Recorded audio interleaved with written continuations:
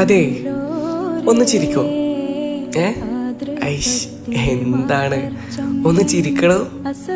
ആ അതന്നെ, അതിനും കൂലിണ്ടടാ.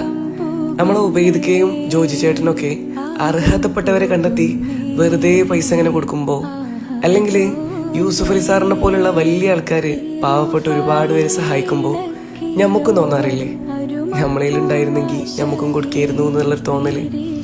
അറിയാതാണെങ്കിലും നമ്മളെ മനസ്സിലേക്ക് അങ്ങനെ ഒരു ചിന്ത വരാറുണ്ട് അല്ലേ? എന്നാ അതിലേറെ മനോഹരമായ ഒന്ന് ഞമ്മക്കും കൊടുക്കാൻ പറ്റും. അതാണ് നമ്മുടെ പുഞ്ചിരി. പുഞ്ചിരി പോലും സ്വതക്കയാണെന്ന് റസൂൽ തങ്ങൾ നമ്മളെ പഠിപ്പിച്ചിട്ടുണ്ടല്ലോ. സോ ഉള്ളിൽ എത്ര സങ്കടങ്ങൾ ഉണ്ടായിക്കോട്ടെ, പ്രയാസങ്ങൾ ഉണ്ടായിക്കോട്ടെ, മറ്റുള്ളവരെ കാണുമ്പോൾ ഒന്ന് പുഞ്ചിരിക്കാനെങ്കിലും ശ്രമിക്കണം.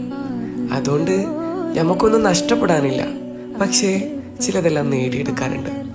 സോ നമ്മുടെ മുഖം